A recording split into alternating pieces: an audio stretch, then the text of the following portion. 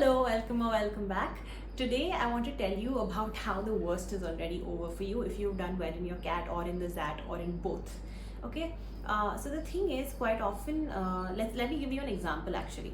So in CAT, suppose the right answer was C and you've marked A. Okay, especially in VARC, because you thought you interpreted the passage in a particular way. There is no way you can go back and tell the examination conducting body that no, I think it's A because I interpreted it this way, right?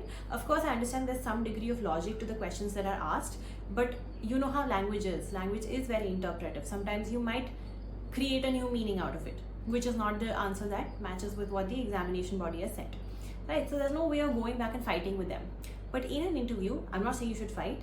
What I'm saying is that you have the opportunity to go back to them and present to them your point of view.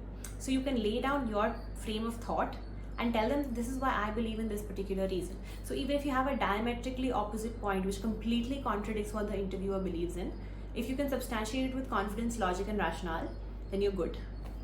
So before I tell you how to control the interview, I do want to talk about a shout out to our sponsor. We have Physics Wala, and this is for all of you who want to take the CAT again in 2025. You want to retake it or you want to take it for the first time. Physics Wala has two particular programs which I would like to talk about. One is Physics Wala Pioneer and the other one is Physics Wala Pro. Physics Wala Pioneer has over 12,000 practice questions, over 300 live and recorded videos, and over 20 mock tests. And they also give you preparation for other management entrance exams. So this is SNAP, ZAT and all the others.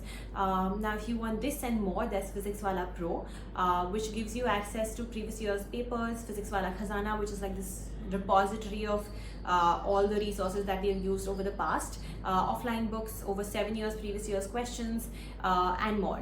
So the prices have been cut down right now. They're on the banners right next to me. So please check them out. You will also get an additional 500 rupee discount if you use my code MIL500.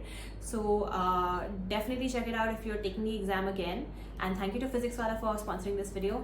And let's go back right into the video. Okay, so why did I say that the interview is in your hand? I said that because, see, one is, of course, I already explained to you, which is that you can always substantiate your point of view. Second is the first opening question, which is 95% of the times, tell me something about yourself, is where you can completely hijack the interview. So you can take the steering wheel from the interviewer's hands and you can go sit on the driver's seat and you can control the entire narrative of the interview if you do it smartly. Okay? Now remember that in this question, tell me something about yourself, everything that you say is going to be used against you. Okay, but if you know it inside out, it won't be used against you. What do I mean by it? Suppose you say that I'm so and so. I am born in this city.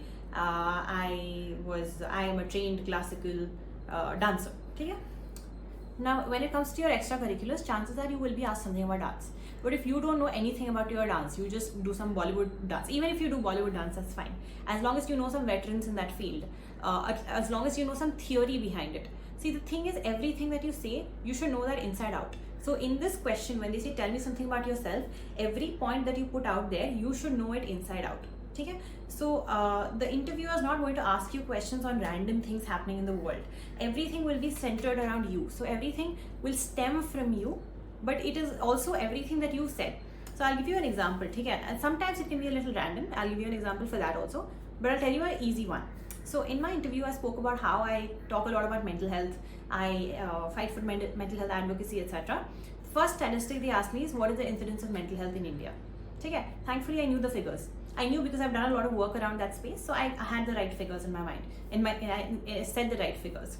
And then, of course, they asked me other questions on how I want to make an impact, blah, blah, blah. But the reason I'm saying this is that if you talk about something that you're passionate about, you should know the statistics behind it, number one. Number two, you should know the veterans in that field. So you should know important work that's being done. If it is say mental health, you should know important developments that are happening. So like I was asked a question on, quote unquote, the what after me policy. So yeah, I'm not going to go into the details of it, but I knew some aspects of it. So I managed to talk about it. However, I was also asked a very random question. I went to an undergraduate college called Sophia. So the interviewer was like, okay, he thought it's Sophia because it's spelled as Sophia. So he was like, can you tell me something about Hagia Sophia? which was very random. But if you look at it, it's again come from me. He didn't ask me about tell me about the Eiffel Tower, right? He asked me about something which is centered around me. Of course, I didn't bring it up in the interview, but remember that whatever you say, even if you're saying that I went to this college, know about the history of that college, know about your own college history, know about your college tagline, why, who gave that tagline, motto, what does the motto mean, if it's in Sanskrit or if it's in some other language. So keep in mind that everything you say in your interview, you have to know it inside out. If you don't know it, don't say. Okay, it's as simple as that.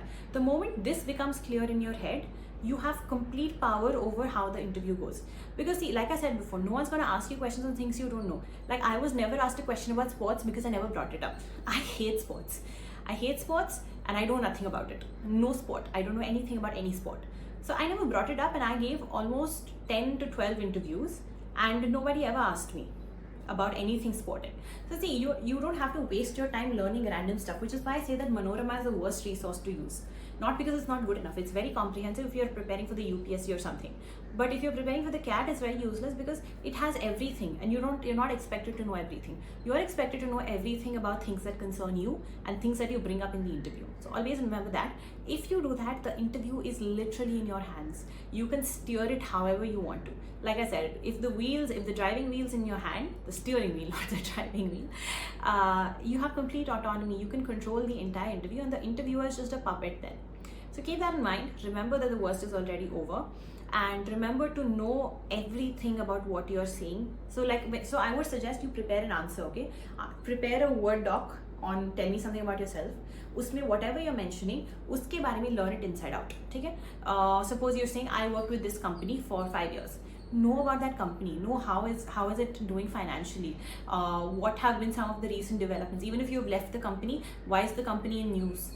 Suppose there's been a merger that has happened, it has acquired some company. Know about those things. You're expected to know about these things. You will not be expected to know about some weird Scandinavian company which is operating out of some remote corner of the world, because that's not concerning you. But if it's a company you worked in, definitely you will be expected to know these answers. Okay, so that's more or less the gist of it. So like I was saying, prepare a Word doc, write down the potential questions that can come, and वहाँ से start doing your research. ठीक है? Put yourself in the interviewer's shoes. If you had an interviewee who would come to you with this particular profile, कैसे सवाल पूछोगे तुम उनसे? Right? And try to get the answers to those questions. That's the best approach. ठीक है? I hope it helped, and I will see you soon. Take care and good luck.